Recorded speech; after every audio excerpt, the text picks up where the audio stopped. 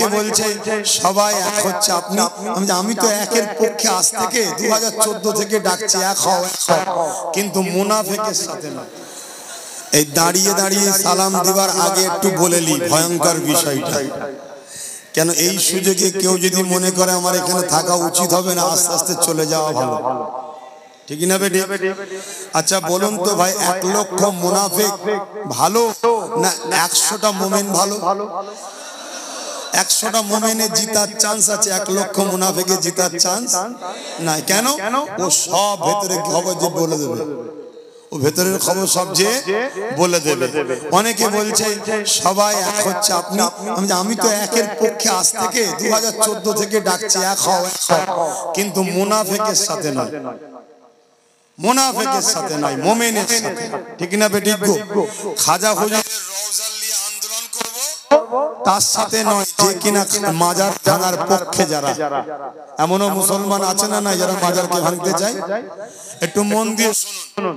তাহলে কেন্দ্র সরকার বিল করতে চাইছে ওয়াকাফের বিরুদ্ধে, ওয়াকাফকে লুটতে চাইছে, তাহলে এই ওয়াকাফের পক্ষে দাঁড়িয়ে আমাদেরকে লড়তে হবে। এটা যেমন দেশের সংবিধান রাইট দিয়েছে, আমার ঈমানের দায়িত্ব, ঠিক না বেটি?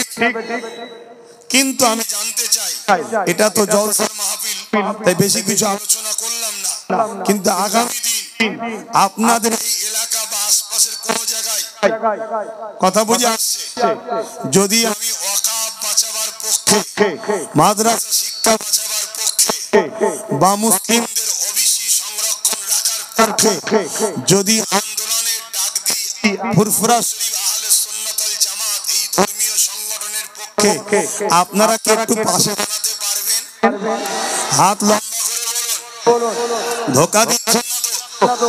আর যদি এই আশপাশে না হয় ডাইরেক্ট কলিকাতার রাজপথে নিয়ে যায়, হাত তুলে বলুন পারবেন তো? হাত নামান। মালদা, মুর্শিদাবাদ, দিনাজপুর থেকে শুরু করে নদিয়া থেকে সব জায়গায় গিয়ে প্রচার করে দেখছি, কলকাতায় একটা ডাকবো, আমার টার্গেট 20 থেকে 30 লক্ষ লোক, তার মধ্যে আপনারা থাকবেন তো নাকি?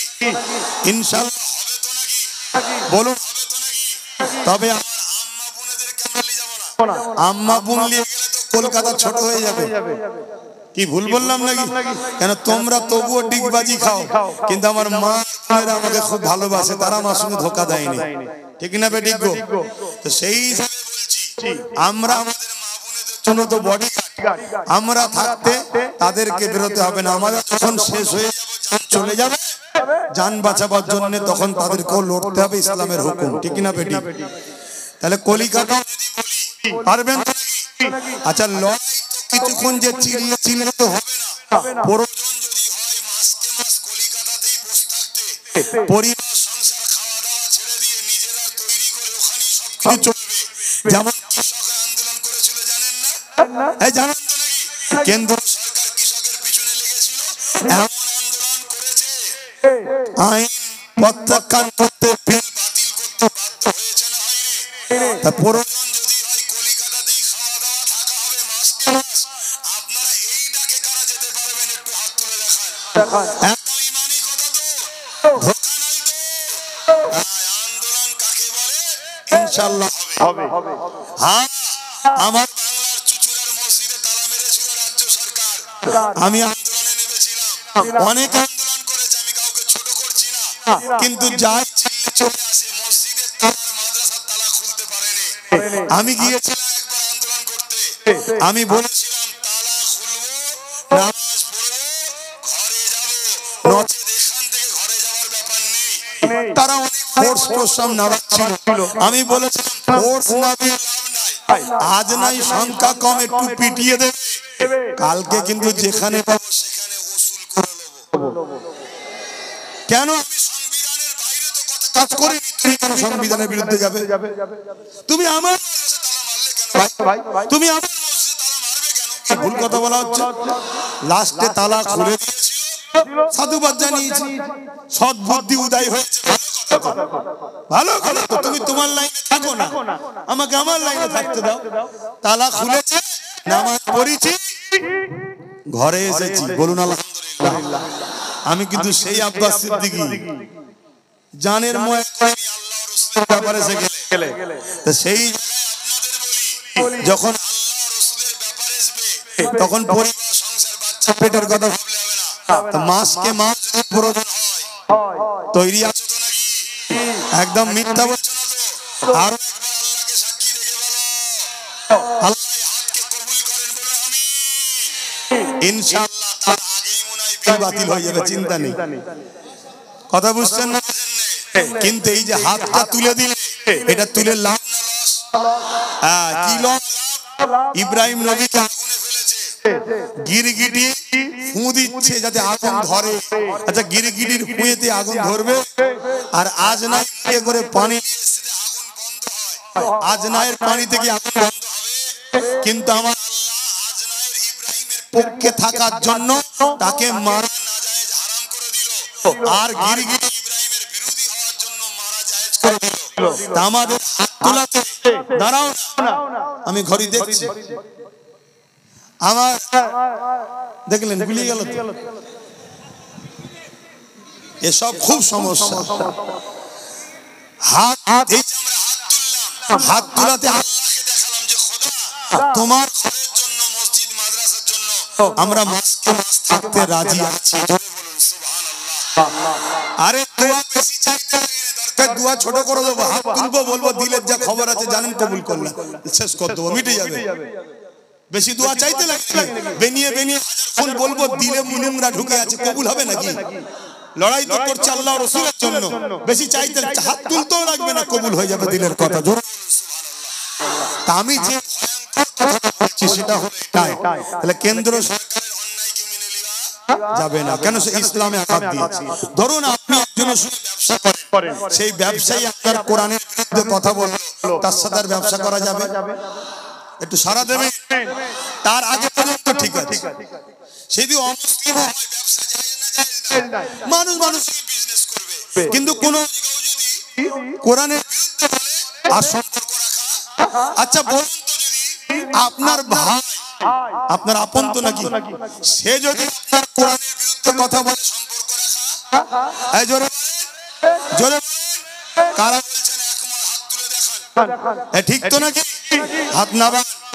এরপরে যে কথাটা বলবো মন দিয়ে শোনেন। আচ্ছা কেউ যদি আপনার আপনজন ছিল, তাকে আপনি আপন মনে করে ভালোবেসেছেন, সে যদি ক্ষমতায় এসে কোরআনের বিরোধী করে, তাকে আর ভালোবাসা যাবে? ভালোবাসা যাবে? হাত তুলে বলুন। আমার মা বোনেরা এই কথাটা আল্লাহকে সাক্ষী রেখে হাত আপনারাও তোলেন, আমাকে দেখাতে হবে না, আল্লাহ দেখছে। তাকে ভালোবাসা যাবে না? আচ্ছা আপনাদের কাছে খবর আছে মাদ্রাসা শিক্ষা বোর্ডে কোরআনকে রাজ্য সরকার বন্ধ করে দিয়েছে, আপনাদের কাছে খবর আছে? জোরে বলেন, কার কার কাছে খবর আছে? হাত তোলেন। দেখুন কয়েকজন কেন্দ্র দূরে ওয়াকাফ করছে, খবর সবার কাছে। আর আমার বাংলাতে রাজ্য সরকার মাদ্রাসা থেকে কোরআনকে তুলে দিয়েছে, এটা আমাদের কাছে খবর নেই। কেন খবর নেই? কেন্দ্র আমাদের উলামাদের মধ্যে থেকে কিছু উলামাকে পয়সা দেয়নি, তাই এই খবরটা আমরা পেয়েছি। যদি কেন্দ্র উলামাদের পয়সা দিত, মনে হয় ওই খবরটাও পেতাম না। রাজ্য পয়সা দেয়, এই রাজ্যের এই অন্যায়ের বিরুদ্ধে কথা হয় না, তাই তো খবর নাই। কথা বুঝছেন না? বলেন না। কিন্তু আমি জানতে চাই, যদি কোরআনকে তুলে দেয় যারা, তাদেরকে কি সাপোর্ট করা আমাদের জন্য ঈমান থাকবে? হাত তুলে বলুন থাকবে? হাত তুলে বলুন থাকবে? এখানে যদি রাজ্য সরকারের পক্ষে কোনো বন্ধু থাকে, তিনাকে সম্মানের সাথে বলছি, তুমি যদি ঈমানদার হও, তোমার কাছে কোরআন আগে না রাজ্য সরকার আগে ফয়সালা করো। যদি বলে কোরআন আগে, তাহলে তুমি রাজ্য সরকারকে গিয়ে বুঝাও, তাকে গিয়ে বুঝাও যে আমরা তো তোমারই পক্ষে। কেন আপনি কোরআনের বিরোধী করছেন? কেন কোরআনকে তুলে দিচ্ছেন? আপনি ঠিক আছে হাজার হাজার কোটি টাকা খরচ, 200 কোটি টাকার উপর খরচ করে মন্দির করছেন, আমাদের মসজিদ তো করছেন না, তাও চুপ আছি আমরা। কিন্তু আমার কোরআনকে আপনি তুলছেন কেন? তাই আপনাকে ভালোবাসি, আপনাকে বুঝাচ্ছি, কোরআনের বিরুদ্ধে লাগবেন না। যদি সত্যি আপনার গভর্নমেন্ট আপনাকে পছন্দ করে, তাহলে আপনার কথা শুনে কোরআন যেমন ছিল তেমন রেখে দেবে। কোরআন যদি থাকে, আমার বলার কিছু আর উপায় থাকবে? এই জোরে বলেন। কিন্তু সে যদি কোরআনকে তুলে দিয়ে তার জায়গায় মজবুত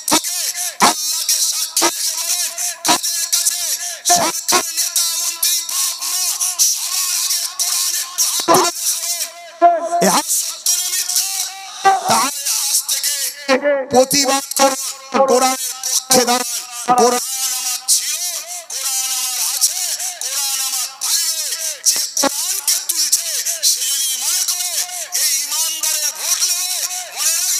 কোরআনের দুশমনকে সাপোর্ট করলে কাফের হয়, কাফের কাফের হয়।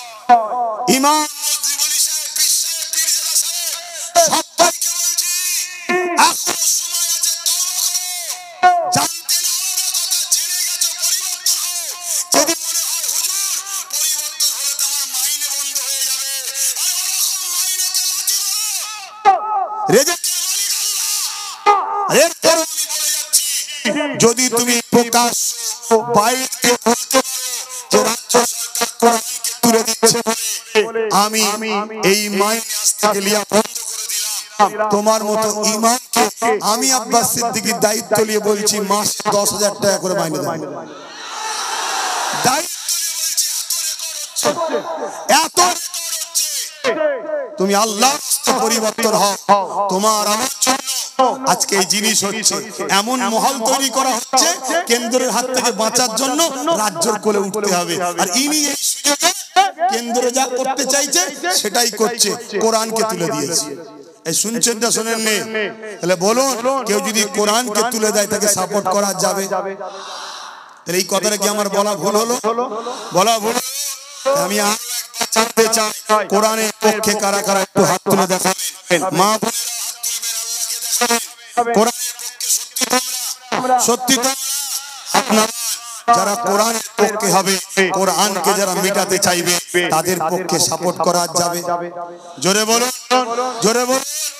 কিন্তু এই জায়গায় দাঁড়িয়ে একটা কথা বলবো, কি যদি সে কোরআন যেমন ছিল তেমন রাখে, তার ভুলটা যদি সে বুঝতে পেরে শুধরে যায়, তাহলে যেমন মসজিদ খুলেছিল সাধুবাদ দিয়েছিলাম, তাহলে আর কিছু বলার আমার থাকবে না। কিন্তু সে যদি তার জায়গায় মজবুত হয়, আমরা ইমানদাররা কি মজবুত নয়? না তার পাওয়ার কি ভয় খেচ্ছে? অতএব আর কথা নাই।